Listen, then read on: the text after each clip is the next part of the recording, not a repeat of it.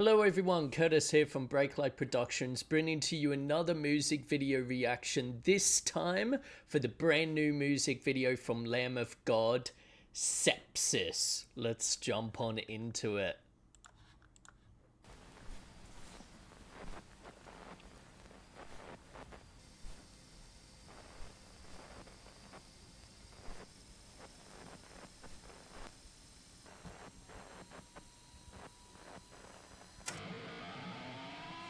Hell yeah, that was actually kind of spooky. That was awesome. Going for some like found footage style, like analog horror stuff here, which I love. Ooh, nice backlighting.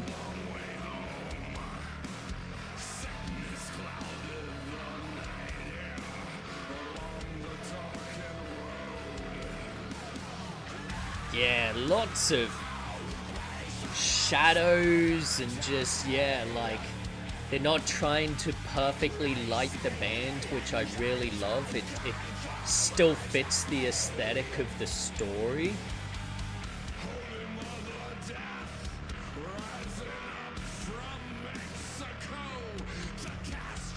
Yeah, God, this is so unique. Like, for a band of this, like, size and popularity to go for an idea like this is so awesome. It's honestly a breath of fresh air. Ooh.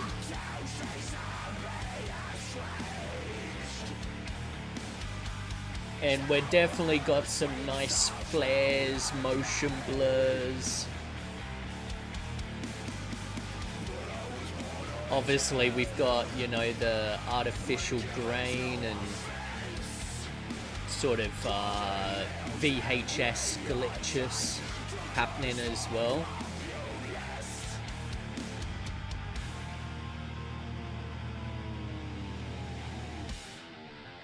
Woo!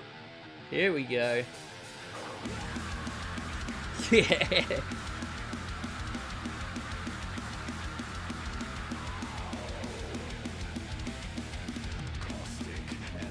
Hell yeah. Loving the zoom ins, the shaky cam. Yeah.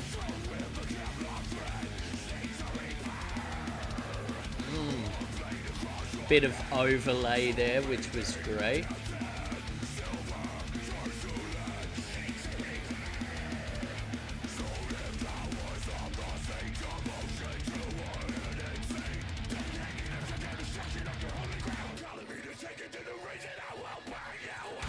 Woo!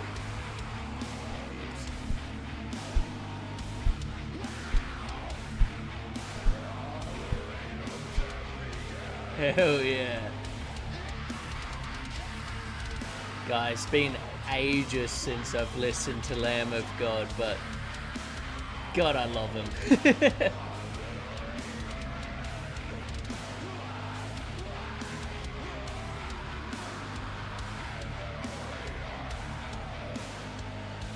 So creepy, I fucking love it. Ah, that's beautiful. Hell yeah. That's so cool. Fucking awesome. Wow, what a breath of fresh air. Yeah, you know, like if this was a smaller band, like less popular, I would, you know, I'd see a music video like this and be like, oh yeah, of course. You know, if it was some you know, mid-tier deathcore band or something, I'd be like, yep, that makes sense. But for a band as popular as Lamb of God to sort of go for an idea like this is great. And like I say, such a breath of fresh air. Because usually, and we've sort of seen it on this channel as well, where like the bigger sometimes a band gets, the more sort of simple the music videos get, where it's like, oh, we're just gonna, do a band performance music video and make it look super pretty. Um, but yeah, to do this is great. And I love that it's going for like, it's got the camcorder sort of graphic design on it. Like, you've got the little battery life, you've got the little time stamp in the bottom there, the red record up on the top left. But then on top of that, they've put like lots of grain on it, motion blur. They've put some VHS style glitches and stuff, which is awesome to see. And like, yeah, it really does feel like something, like a lot of sort of modern day analog horrors that you see on YouTube and such, but also the like OG found footage movies of like Blair Witch Project, Wreck, Quarantine, so Cloverfield, so and so forth. Because that beginning sequence where the light turns on and his eye is like right there, that's genuinely scary. That is something where if you put a like jump scare stinner, as we call it, which is where you get a violin or something and you go you do that like high pitch thing that a lot of jump scares use. If you did that in a horror movie, that would make people jump out of their seats. Like that would genuinely terrify people. Cause yeah, it's so intense. But I love it. Now if we go, like, cause there's not like, in all honesty, there's not much to say about this one. Like, it's a lot of just, building the atmosphere in the B-roll by using very limited, like, it's all at nighttime, it's by torchlight, shaky cam, while also utilizing, as I've already mentioned, the motion blur, and glitches and stuff like that. But if we look at the actual band performance stuff, which again I absolutely adore because of the fact that if the band was perfectly lit, it wouldn't really suit the vibe. But yet there's so many people that would do that because, oh, well, we got to make the band, look good. But I love that, yeah, they decide instead, like, and this is the thing, is the band perfectly lit? No, right? But because the lighting still suits the tone and the sort of world they've built for us, it is beautiful. It doesn't make them look beautiful. It's not flattering light, but it genuinely like makes like it looks beautiful for the horror world that they've set us in. So like, yeah, just this backlight is gorgeous. They're super silhouetted in it. You're getting a lot of like flares that look, in all honesty, 100% natural, coming through there. They've pumped some haze in as well, so you're getting more shape to that lighting that we can actually, perceive on camera. But yeah, and then just, I love the fact that because, the band members, they move around, they work with the camera and stuff, you do get some bits where you still get a nice, like side light. You know, I'm looking at a shot right now where he's got an eye light, you know, probably because there's, you know, one light in the corner of the room that's just catching his eye, even though it's, you know, mostly behind. Um like that is awesome.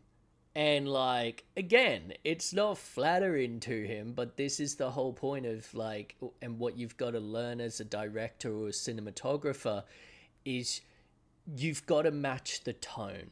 If the tone is scary, you got to make everything look scary. And so when I say, oh, this looks beautiful, it's not in the sense of like, oh yeah, a makeup advertisement or something, but it's beautiful in the sense of like it really nails the tone, and it's beautiful for what it is.